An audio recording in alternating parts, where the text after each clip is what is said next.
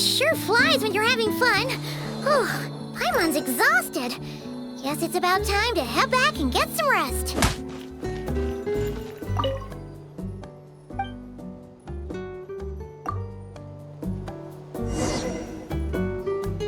Morning, traveler. Morning, Paimon.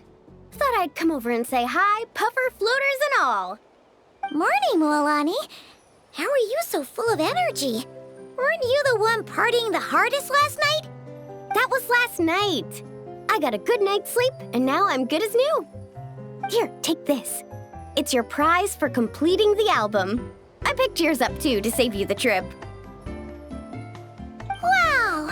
Thanks, Mualani. That was so nice. When it comes to helping people, a good guide always thinks one step ahead, right? Oh, and speaking of work, I guess our vacation's almost over, huh? Probably for the best. If I don't head back soon, I'm worried my little doggy won't even remember me. And after talking to the others, it seems like everyone is just about ready to get back. Some are missing their families. Others are going through dandelion wine withdrawal, I guess. Even Chaska seems to be feeling it. Not that she'd ever admit it, but I have noticed her gazing back towards the Flower Feather clan at night. But summer's not over yet, so I say, we squeeze a few more unforgettable moments into the time we've got left. Like another group photo. Hey, how about taking one right here? After all this time, Paimon's grown kind of attached to this place. Great idea! Why don't you spruce up this wall, and I'll go gather the others. See you over at the plaza!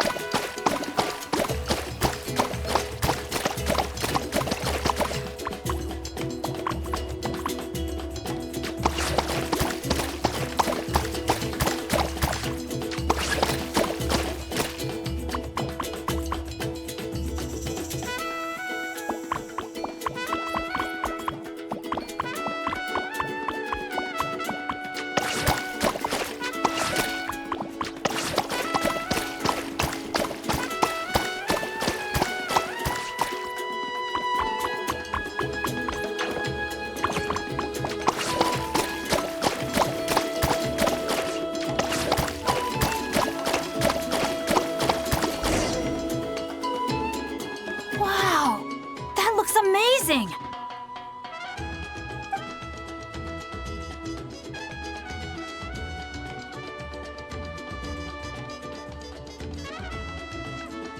Guys, over here!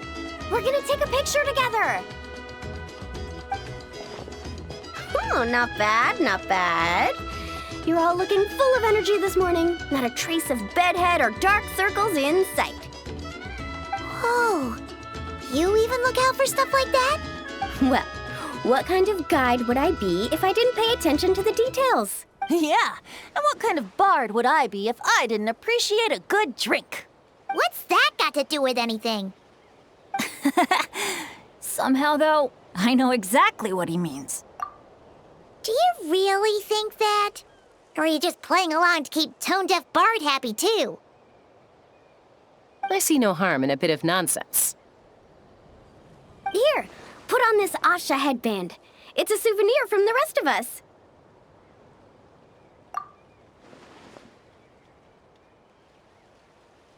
It really suits you. Alrighty then. 3, 2, 1. Paimon? Sorry. All that nonsense has got Paimon's head muddled. Her mind's gone completely blank. Don't want it all to end, huh? Are you worried once you say those words, the vacation will officially be over? How the... Paimon thought peacemakers couldn't read people's minds. Oh, Paimon. Don't worry, Paimon. Summer's sure to come again. Just like you said when you made that wish to the Pyro Archon. Even though we'll all be going our separate ways, as long as we cherish each other's friendship, I just know that our paths will cross again. Bennett's becoming quite the talker, huh, Professor Venti?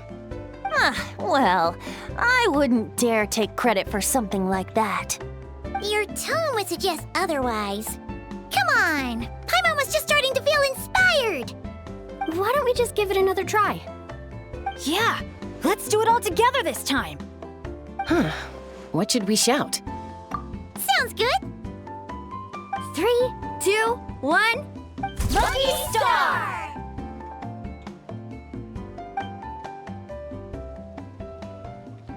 So, what are your plans for the future, Bennett? If you're having trouble deciding, you can always park it in the People of the Springs for a bit. Or however long you want, really. Thanks for the kind offer, Moalani. I actually went to see the Pyro Archon to tell her how grateful I am for everything she's done for me. She told me that the domain we entered was an abyssal simulation of the Mare Jivari. It was extremely unstable, and now it's completely gone. Later, when we got on to talking about my future, she said I was more than welcome to stay here in Natlan, but also that she would respect my decision, whatever it turned out to be. And after thinking it over, long and hard, I've decided to return to Mondstadt. You miss your dads, don't you? That's definitely part of it. I promised to tell them everything that happened on this adventure, and I can't go back on my word. But also, when I said goodbye to my mom and dad, I promised them I'd become the most legendary adventurer in all of Teyvat someday. And no adventurer should stay in one place for too long. Bennett. What if your luck starts going downhill again the moment you leave Natlan? It's fine. The warmth and kindness I've experienced on this adventure is enough to get me through all the challenges that lie ahead.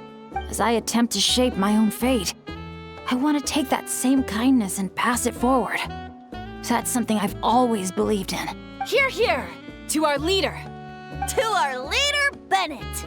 Cheers!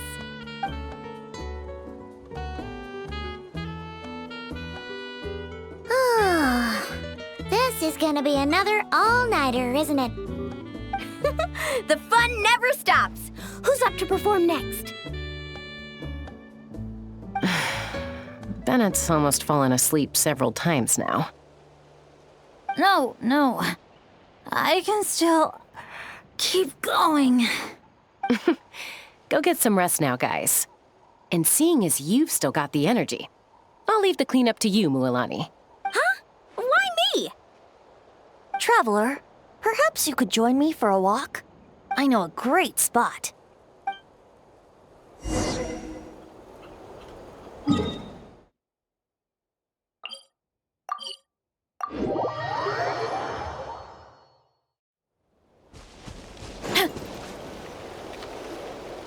You might be tone deaf, but you sure know how to sniff out a good view.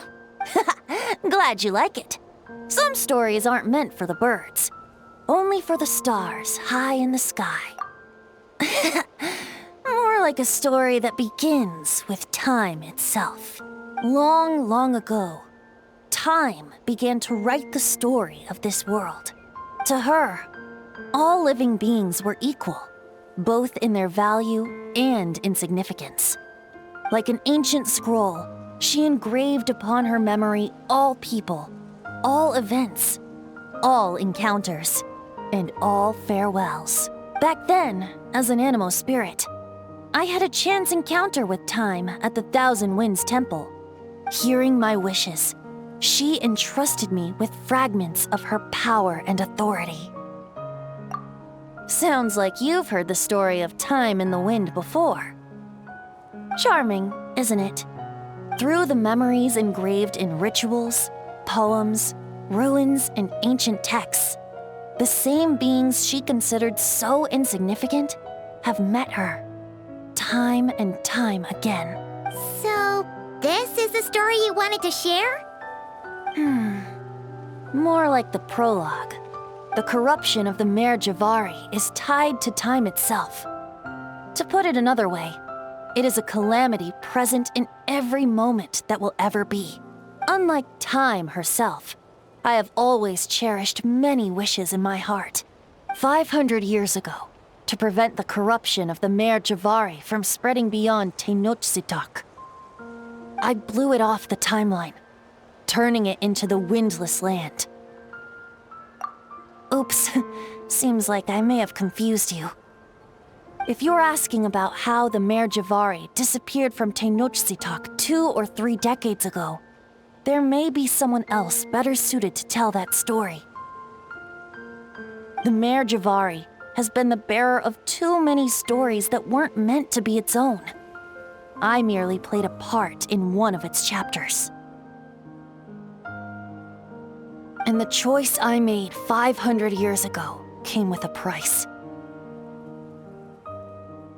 Some souls were unable to return to Mondstadt as a result, while others stayed to settle in this land, merging with the Monitu to become the Asha we see today. So the reason you're here in Tenochtitlan is because... Correct. I'm here to collaborate with the current Pyro Archon, Mawika. Correct again. The flame was our signal. Only by having Mawika open a rift between that space and the true Mare Jivari could I sneak in and bring back all the souls who wish to return. As for my little trick of bringing back memories as well, it's not the first time I've pulled that off. Mawika also mentioned that you were planning to introduce us. Looks like I beat you to it, huh? I was glad to discover that she shares my love for fine wine and freedom. We got along great. Well, it really took it out of me for a few days. In fact, I still feel pretty dead on my feet even now. Oh, really? But thinking of all the Aether mead and dandelion wine still left to drink, I suppose I can hang in there a little longer. You don't look that tired to Paimon. So, don't think you can just pull out that little excuse and we'll suddenly foot all your bills. Oh, how you wound me, Paimon.